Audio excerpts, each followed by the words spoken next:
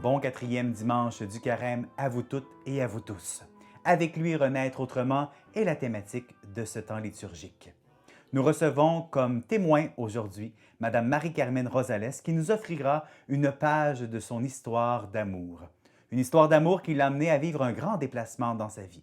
Mais avant d'accueillir ce témoignage, je nous invite à chanter ensemble le chant thème du carême depuis qu'il est venu de Robert Lebel. Depuis qu'il est venu, en nous tout a changé.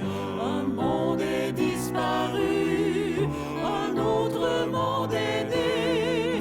Depuis qu'il est venu. Et quand tu n'oses plus rentrer à la maison, gêné de tes jours de faiblesse,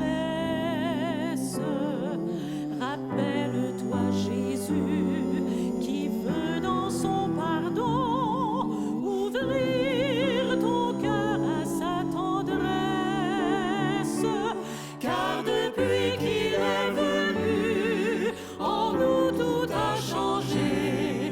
Un monde est disparu, un autre monde est né. Depuis qu'il est venu.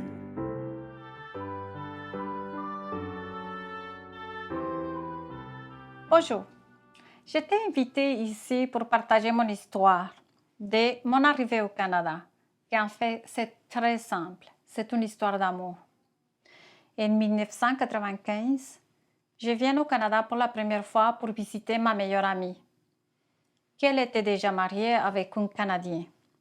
Donc, j'ai passé quelques semaines ici pour passer du temps avec elle, mais aussi pour connaître, pour se promener, pour visiter les belles places d'ici.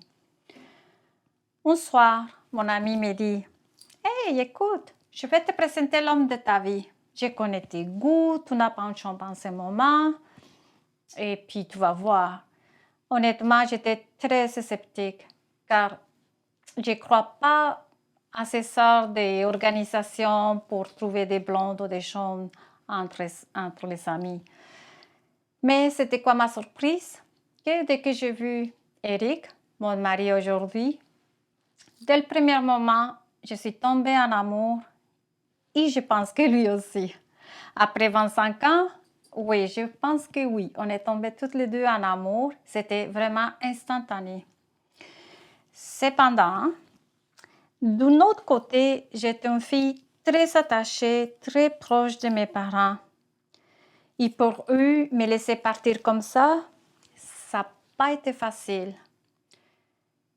Mais comme tous les parents, on veut le meilleur pour nos enfants, en parlant avec eux, Eric a vraiment fait tomber en amour à mes parents aussi, étant donné que c'est un homme très gentil, très charmant.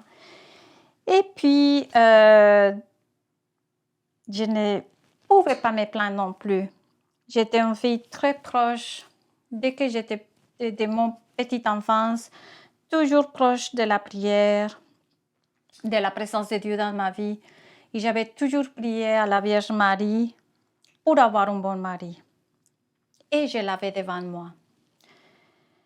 Pendant mes premières années de mariage, j'ai trouvé ça un peu difficile. Cependant, j'étais chanceuse. Mes parents ont toujours venu me visiter. Et nous aussi, on voyageait souvent. Mais malgré toute cette tristesse qui des fois nous attrapait, soit mes parents, soit à moi, mes parents étaient très contents de savoir que j'étais heureuse dans ma nouvelle vie. Aujourd'hui, je suis une mère de famille. Eric et moi, on a 2 enfants, un garçon de 20 ans, une fille de 18 ans. Et notre perception de l'amour change. On dirait que l'amour, on le voit avec de différentes façons. L'amour a plusieurs facettes. Et aujourd'hui, je réalise l'effort et l'amour que mes parents m'ont procuré quand j'ai décidé de partir de la maison. Donc, aujourd'hui, je sais que je serai une mère prête à laisser voler mes enfants, malgré ce qui pu nous faire, que ça puisse nous faire la tristesse. À la fin, ce qu'on veut toujours, c'est qu'ils soient heureux. Et ça me fait penser beaucoup à ce passage de la Bible de l'enfant prodige. Et ce que je veux dire avec ça, c'est que peu importe la raison pourquoi un enfant va quitter le nid familial, peu importe si c'est pour essayer la chance, pour aller au travail, pour faire des études, pour faire commencer sa vie, quand un enfant revient à la maison, ça va être toujours une fête, ça va être toujours une joie, parce que les liens entre père, mère et enfant, c'est des liens que ça ne se brise pas jamais. C'est des amours pour la vie. En fait, je pense que c'est un des amours les plus purs. Parce que peu importe les chemins que notre vie puisse prendre, nos parents vont être toujours là. Et en vieillissant, c'est encore un amour qui évolue parce qu'on voit nos parents d'une différente façon. Et ils ont besoin de nous comme nous, on a eu besoin quand on était jeunes. Donc, en grosso modo, c'est mon histoire. C'est une histoire simple, mais c'est une histoire où la présence de Dieu a été toujours présente dans ma vie. Cette petite intuition que des fois on ressent quand on est devant des incognites, des questions dans notre vie, c'est Dieu qui nous parle. C'est la façon comme moi je l'ai vécu quand j'ai rencontré Eric. Je savais que c'était lui et je savais que c'était pour moi et que cette petite voix intérieure, c'était Dieu qui s'est manifesté pour me dire, voilà, c'est pour toi. Donc, c'est vraiment simple, c'est court. Malgré que se sont passés 25 ans cet été, je pense que pour Dieu, tout est possible. Et je vous laisse avec une phrase que je trouve très jolie. Faisons confiance à l'amour, car l'amour gagne toujours de la main de Jésus et de Marie.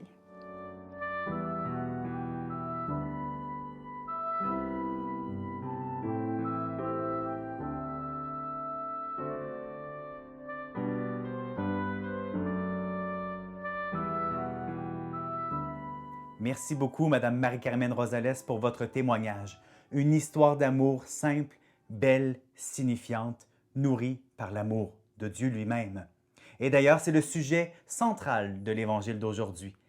La magnifique parabole du Père miséricordieux, un Père qui aime ses enfants sans condition.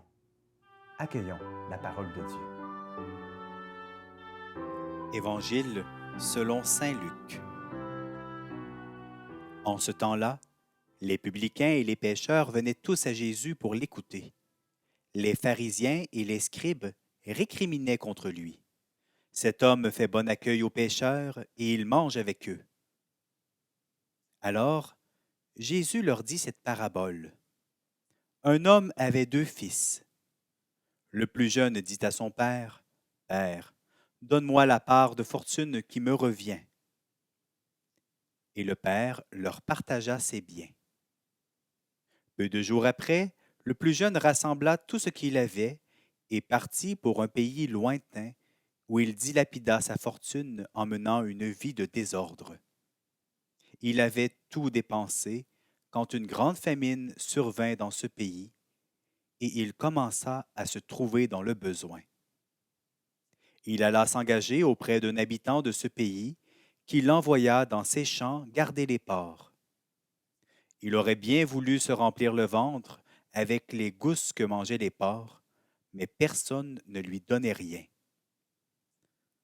Alors, il rentra en lui-même et se dit, « Combien d'ouvriers de mon père ont du pain en abondance, et moi ici je meurs de faim.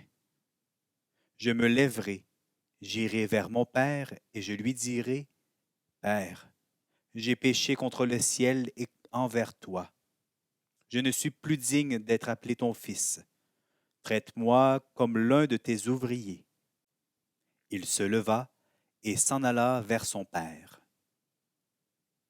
Comme il était encore loin, son père l'aperçut et fut saisi de compassion. Il courut se jeter à son cou et le couvrit de baisers. Le fils lui dit, « Père, j'ai péché contre le ciel et envers toi. Je ne suis plus digne d'être appelé ton fils. » Mais le père dit à ses serviteurs, « Vite, apportez le plus beau vêtement pour l'habiller. Mettez-lui une bague au doigt et des sandales aux pieds. Allez chercher le veau gras, tuez-le, mangeons et festoyons. Car mon fils que voilà était mort, et il est revenu à la vie. Il était perdu, et il est retrouvé. » Et ils commencèrent à festoyer. Or, le fils aîné était au champ. Quand il revint et fut près de la maison, il entendit la musique et les danses. Appelant un des serviteurs, il s'informa de ce qui se passait. Celui-ci répondit, « Ton frère est arrivé et ton père a tué le veau gras parce qu'il a retrouvé ton frère en bonne santé. » Alors le fils aîné se mit en colère et il refusait d'entrer. Son père sortit le supplier, mais il répliqua à son père, « Il y a tant d'années que je suis à ton service sans avoir jamais transgressé tes ordres, et jamais tu ne m'as donné un chevreau pour festoyer avec mes amis. Mais quand ton fils que voilà est revenu, après avoir dévoré ton bien avec des prostituées, tu as fait tuer pour lui le veau gras. » Le père répondit, « Toi, mon enfant, tu es toujours avec moi, et tout ce qui est à moi est à toi. » Il fallait festoyer et se réjouir, car ton frère que voilà était mort, et il est revenu à la vie. Il était perdu, et il est retrouvé.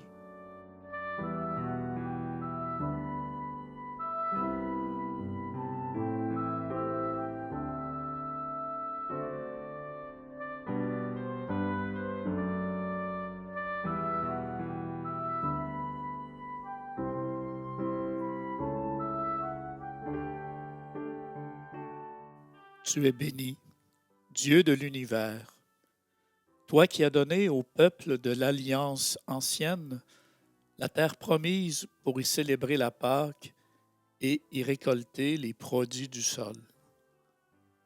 Tu es béni, Père de l'univers, toi qui as envoyé au peuple de la Nouvelle Alliance ton Fils Jésus pour renouveler la Pâque ancienne et accorder à toute l'humanité la grâce de ta réconciliation. Tu es béni, Père d'infinie miséricorde, toi qui offres ton pardon à toute l'humanité. Que la joie de ta tendresse fasse de chacun et chacune d'entre nous un artisan ou une artisane de ton œuvre d'amour et de paix. Aussi, laisse-nous encore une fois unir nos voix pour te louer et chanter ton nom.